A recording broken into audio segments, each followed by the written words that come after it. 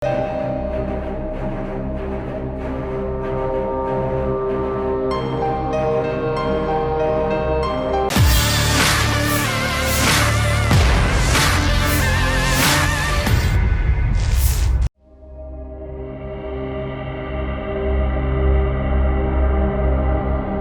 Brigadir Jenderal yang sebelumnya disampaikan Menko Polhukam Mahfud MD soal gerakan bawah tanah yang dilakukan agar Ferdy Sambo bebas juga dibenarkan pakar politik dan keamanan Prof. Muradi.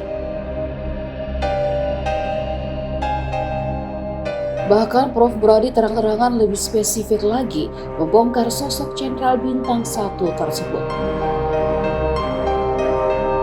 Sebelumnya Mahfud menyinggung soal sosok jenderal yang melakukan gerakan bawah tanah untuk mengintervensi vonis terdakwa pembunuhan berencana terhadap Brigadir Yosua, yakni Ferdy Sambo.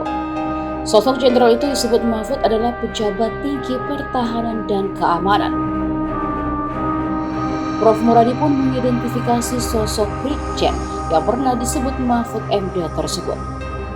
Menurutnya sosok Brigjen itu masih aktif dan ada keterkaitan dengan kakak asuh Ferdy Sambo yang kerap diungkapkan Muradi sejak kali pertama kasus ini mencuat.